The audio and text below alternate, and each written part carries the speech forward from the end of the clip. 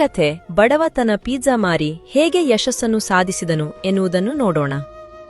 ಅದು ಸಿಟಿಯ ಪಕ್ಕದಲ್ಲಿರುವ ಒಂದು ಚಿಕ್ಕ ಹಳ್ಳಿ. ಅಲ್ಲಿ ಒಂದು ಸಣ್ಣ ಮನೆ.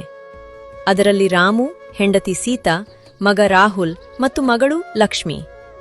ಅವರು ತುಂಬಾ ಚೆನ್ನಾಗಿ ಜೀವನ ನಡೆಸುತ್ತಿದ್ದರು. ಆದರೆ ಮಕ್ಕಳು ಬೆಳೆದಂತೆ ಖರ್ಚು ಜಾಸ್ತಿ ಆಯಿತು. School fees, uniform, books. ಅವನ ಹತ್ತಿರ ಒಂದೇ 1 ಎಕರೆ ಜಮೀನು ಇತ್ತು. ಬಡತನ ಅದನ್ನು ಮಾರುವಂತೆ ಮಾಡಿತು. ಒಂದು ದಿನ, ರೀ ಇದೇನ್ರಿ, ನೀವು ಇದ್ದಿದ್ದ 1 ಎಕರೆ ಹೊಲವನ್ನ ಮಾರಿದ್ದೀರಾ, ಈಗ ಏನ್ ಮಾಡೋದು?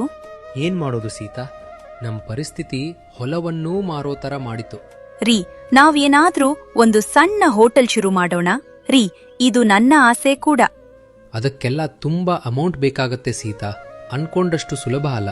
ರೀ ಸರಿ ಮಕ್ಳಿಬ್ರು, ವೀಕೆಂಡ್ಗೆ ಎಲ್ಲಾದ್ರೂ ಹೊರಗೆ ಕರ್ಕೊಂಡು ಹೋಗಿ, ತಿನ್ನೋಕೆ ಕರ್ಕೊಂಡು ಹೋಗಿ ಅಂತ ತುಂಬಾ ಹಠ ಮಾಡುತ್ತಿದ್ದಾರೆ. ನಿನಗ್ ಗೊತ್ತಲ್ಲ ಸೀತಾ, ನಮ್ ಪರಿಸ್ಥಿತಿ ಈಗಷ್ಟೇ ಅಂತ. ನಾನ್ ತಿಳ್ಕೋತೀನಿ, ಆದ್ರೆ ಅವ್ರಿಗೆ ಅರ್ಥ ಆಗೋದಿಲ್ಲ. ನೀನೇನಾದ್ರೂ ಹೇಳಿ ಸಮಾಧಾನ ಮಾಡು. ನನ್ನ ಕೈಯಿಂದ ಆಗಲ್ಲ ರೀ, ನೀವೇ ಅವರನ್ನ ಸ್ಕೂಲಿಂದ ಕರ್ಕೊಂಡ್ ಬಂದು ನೀವೇ ಸಮಾಧಾನ ಮಾಡಿ.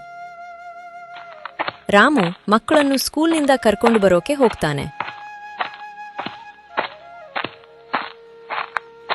ಮಕ್ಕಳು ಸ್ಕೂಲ್ನಿಂದ ಬರ್ತಾರೆ.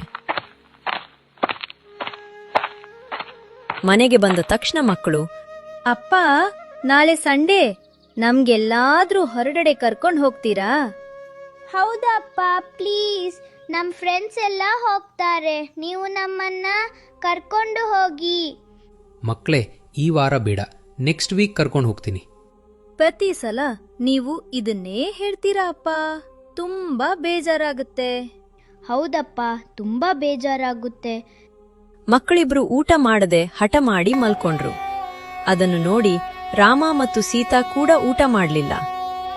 ರಾಮು ನಿದ್ದೆ ಮಾಡಿದೆ. ರಾತ್ರಿ ಎಲ್ಲ ಮನೆಯ ಹೊರಗೆ ನಿಂತು ಯೋಚನೆ ಮಾಡುತ್ತಿದ್ದನು.